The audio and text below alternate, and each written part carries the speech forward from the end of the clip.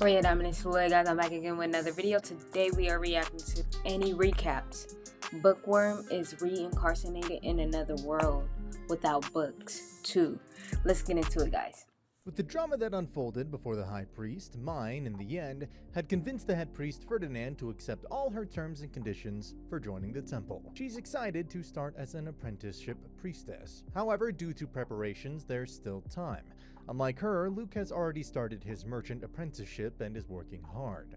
Mine tells Benno of all the conditions accepted, and it seems even Benno regards Ferdinand as someone reliable she can go to.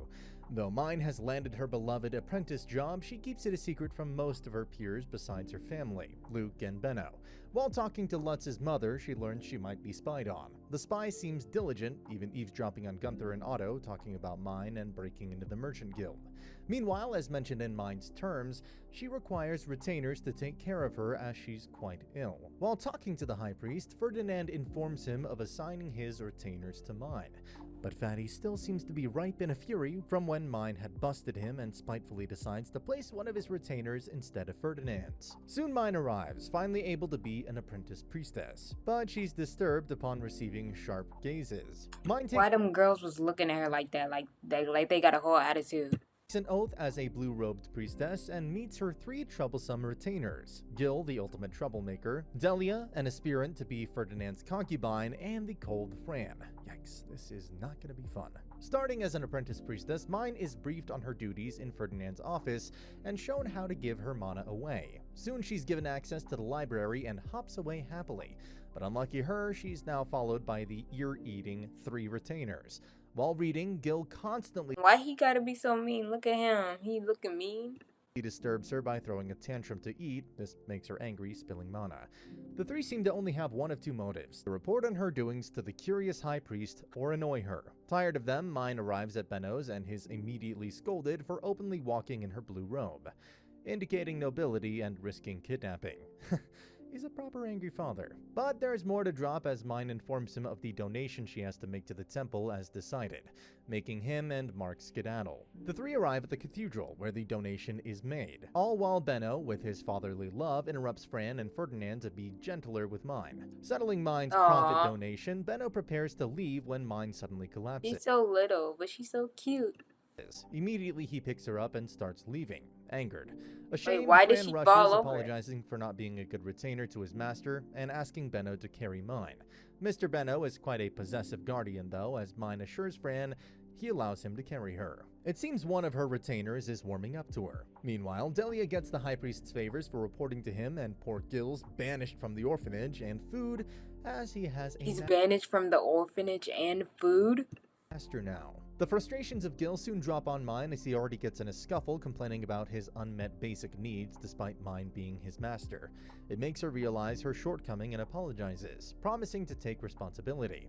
Later, Mine gets ready for work in Ferdinand's office, changing right there since she got an earful from Benno. But that flashes poor Ferdinand, this scandalous priest. To avoid further scandalization, he gives her an empty office, making Mine assign Gil his first task to clean it in exchange for his needs. When done with the task, Mine's pleased and pats Gil on the head, moving him to tears, soon proving that's what they do, pat on the head. Fran and Gil to be with common clothes. Mine brings them about the city, exposing them to a different atmosphere than the cathedral. Even Gil's now warming up to her. Meeting Benno, she also makes him happy, informing him of the office and an oven in it, something Benno had lacked in training his chefs. Immediately, they start testing food, which comes out delicious. Just as they relish the pizza, Delia bursts in, yelling at Mine for having her thrown out of High Priest favors as Gil and Fran, now loyal to her, defend her. The priest was enraged upon hearing Mine had got into the office and threw Delia out for not reporting him in time. Seeing that threw Delia out? All her tactics, including trying to flirt with Benno, are failing, Delia starts crying. She's trying to flirt with doesn't Benno. abandon her and gives her the task of dressing her in exchange for supporting her. One more comrade down. One day, Mine and the bunch have some leftover bread, which she allows Gil to take to the children at the orphanage. There, to her horror, she finds the orphanage door locked as if in prison. And inside, little children collapsed, starving and miserable in the darkness. The sight's too heavy for Mine to take, and she faints just as Gil locks the door again. Mine is deeply concerned for the children. Ever since the church dismissed the orphanage's priestess, the children have been abandoned completely. Despite Fran warning her to stay out of the matter, Mine talks to Ferdinand, who sends her back unsupportive. It makes her feel worse at her helplessness and having inadequate capital to save the children. After work, she meets Lutz, who questions her mood. Little Lutz has sharpened through his apprenticeship and comes up with a brilliant plan. They could hire the children for work, turning the orphanage into a branch of their paper-making studio. Mine will be the one to help them in the form of Okay, they business-minded. and that's pretty marvelous. However, when Mine goes to talk to Ferdinand, she gets scolded on her still poor noble decorum instead. Surprisingly, just as she thinks all is lost, Ferdinand appoints her as the orphanage's director. Mine also comes to know that Ferdinand is an outsider priest just like her, and not rose by the church. Nevertheless, Mine can now save the kids and happily bursts into the orphanage, letting light in and announcing freedom. As Mine becomes the director, the orphanage speedily starts revolutionizing itself. Under Fran's direction, the children move to work, and Mine informs them of the work return rule, bringing them fresh food for their hard work. Even Thule and Gunther help, taking the kids outside to collect paper raw materials for a flashcard idea Mine has come up with. Of course, Wow, so they get to cut tree bark and stuff? who else but Benno purchases the rights to it. To the kids, Mine soon becomes beloved, almost a messiah, transforming their fate. With the Star Festival coming up, Mine wishes for the orphans to have just as good a time as others and requests Ferdinand to allow it. He allows, as long as there's no nuisance. The day of the festival arrives and the children yap happily, throwing fruit at each other when Mine suddenly triggers a trombe to sprout. In time, Gil and Lutz chomp it off and the children resume their happy clamor. Despite covering it up, Mine is They having too much fun throwing food. confronted when she meets Ferdinand again. Complaining about the mess the kids made at the trombe, he puts Mine in detention as Fran protests. Ferdinand disregards Fran's protest, but soon realizes he's concerned for Mine's health. The detention doesn't go well on Mine, who collapses all sickly. Yeah, y'all got her locked in like a room that has nothing. And weak, making Ferdinand regret taking her health so lightly. About time someone's realizing, bumhead. While Mine is beginning to christen as an apprentice priestess, Luke encounters problems at home. His family's unsupportive stance of him being a merchant has caused fights, and Lutz runs away from home, deciding to live in Benno's attic. Mine's still recovering from her detention when Ralph, Lutz's brother, comes to ask where he might be. He finds him at Benno's and creates chaos. Over the days, even Lutz's mother comes to call him, yet he refuses. Once He don't want to see his mom. I wonder why he don't want to see his mom, though. Mine's well, she visits Benno about the situation. It turns out Benno fully I mean, I know that he wanted to run away from home, but I wanted to go more into detail. supports Lutz's dreams, declaring that he'll adopt him as a child for him to stay. Well, buddy, now trying Adopt to take him? baby Lutz as well. That's pretty adorable. The situation disturbs Mine greatly, causing her to relay the information to Ferdinand. Soon, all parties involved are called to the cathedral by him to sign Lutz's adoption. Yet, when his parents arrive, they seem gloomy and reveal they'd been supportive of Lutz's work. All they wished was for him to be safe, and that's why they'd avoid him going away as a merchant. Seeing their emotions, Benno decides to swap the idea and raise Lutz as his successor since he has no child. It helps the family stay from wrecking, moving everyone to tears. Relieved, Mine grows tearful and is offered a handkerchief by Oh, I feel so bad. Everybody crying. the head priest. On the embroidery of it, Mine finally learns his name. Staunch Priest is warming up to her as well.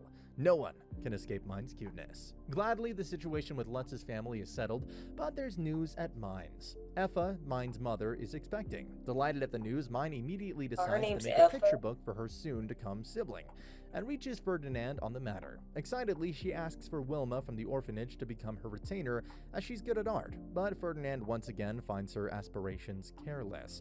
He insists that if she's to take an art retainer, she will take a music retainer too, which shall teach her noble music skills to prepare her for the future. With her abundance of mana, once Mine comes of age, she'll be hunted for by prestigious nobles hoping for a child that also holds abundant mana. You could say that they're mana You'll be hunted for? diggers. Mine's also got to be careful about the High Priest, who's still spiteful and may make a move hearing of the baby. Soon, Mine starts her lessons on the Hara spell with Ferdinand and quickly picks it up. However, it becomes clear to Mine that her musical retainer, Rosina, is considering herself above Gil, Fran, and Delia. All the while, Wilma refuses to leave the orphanage as Mind's art retainer. Instead of dismissing them though, Mind listens to all her retainers and gives Rosina an ultimatum of either working or returning to the orphanage. Rosina accepts to work. Soon, with her help, Mind passes Work or returning to the orphanage. Dang, this young girl has power though at the position she's in. her musical tests, but Wilma still won't come out. Rosina tells her that out of all the people in the orphanage, Wilma was taken advantage of by a blue-robed priest and therefore stays within the orphanage, traumatized by men. Now that nobly duties are off the to-do list, Mind can finally think of her picture book again. Mind decides to make a picture book version of the Book of the Holy Scriptures from the church. Hearing of this, Ferdinand allows the picture book to be started. However, Wilma still stays in. Still, Mind takes care of her fear and comes with Rosina to talk to her rather than Fran. Mind tells of her plans to Benno, saying she plans to use wooden blocks for block printing pictures in the picture book. However, she missed out on the cost calculation for ink that would be used, which is quite costly. Of course, her daddy Benno gives her a good scolding. Nevertheless, Mind's unstoppable and resorts to making her own ink with soot and oil. All the while, though, Wilma assists with her art. She also struggles with her fear greatly, and has even caused her to lash out at the kids. Mind also checks with Ferdinand. She need to be careful about that, man. And on the content of the book. He's blown away by how clearly she's able to translate the complex prose to child-friendly prose and questions her. She only relays that she saw it in dreams. Soon, even Wilma finds the guts to see the process in the studio. After 2 years of hard work and combining Mind's ideas and other support and handiwork, Mind's made her very first book, a picture book, and it moves her to tears. Creating a picture book may have been huge for the world Mind was born into, but to Mind, there are far greater things than just creating a book. For example, a library organization. Yep, Mind's a full-on geek, but an adorable one at that. While She got ambitions and goals. on her way to the library, Mind runs into a gray-robed priest under the High Priest. She avoids him to evade conflict, but once she reaches the library, her calm demeanor completely collapses at sight. The library lay tattered with books all over. What happened? It ranges Mind greatly. However, Messed up the library.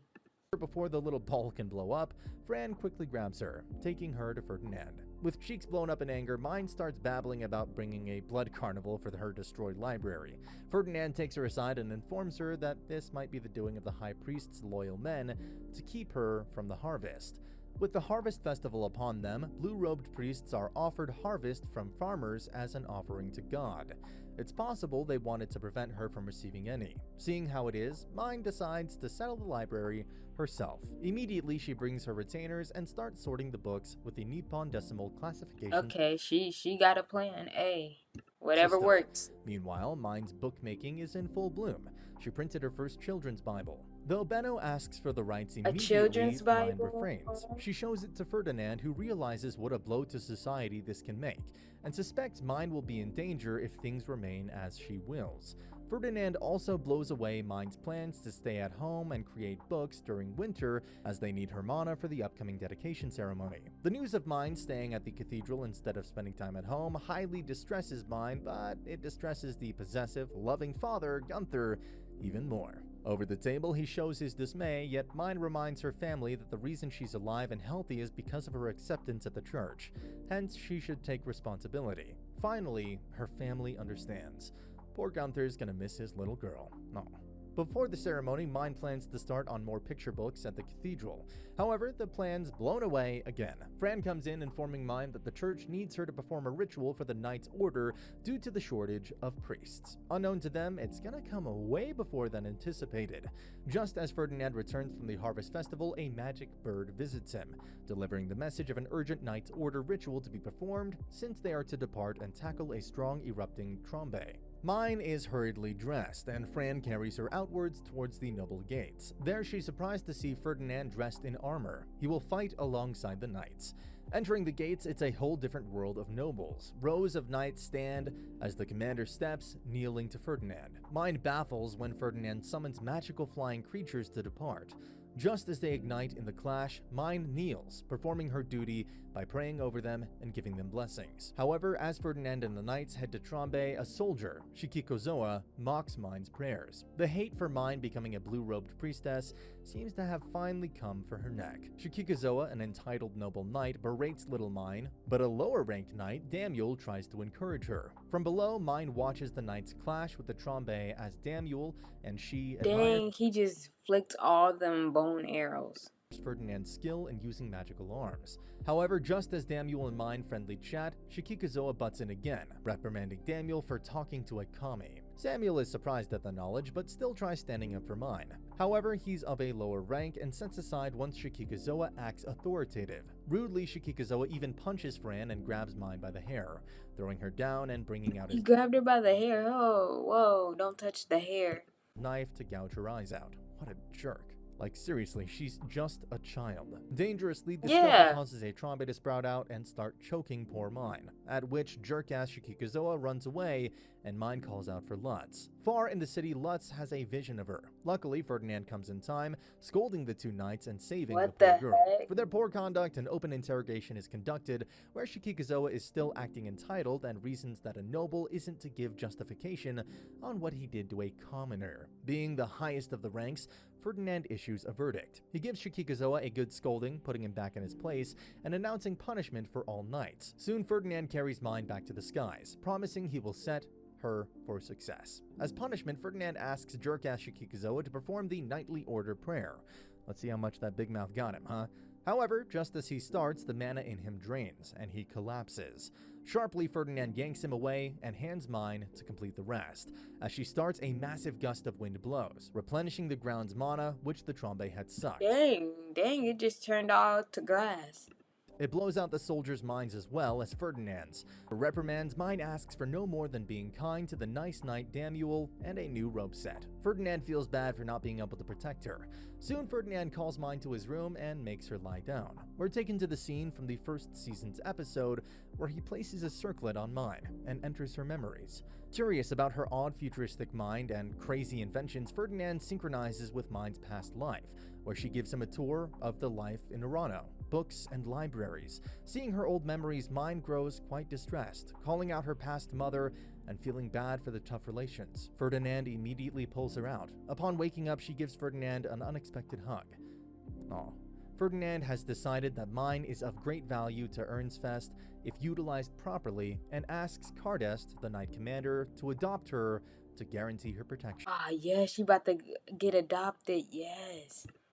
Having dinner with her family, Mine thanks Effa as a way to thank her past mother and feels grateful for her small family. Soon, Mine's back to hearing Benno's scolding, doing her priestess duties, and making more books with the orphans. Happy Mine. Seriously, this has got to be one of the most wholesome animes I've seen in a very long time. Thank you guys for watching. Stay tuned. I'll be back with more videos, and I'm out.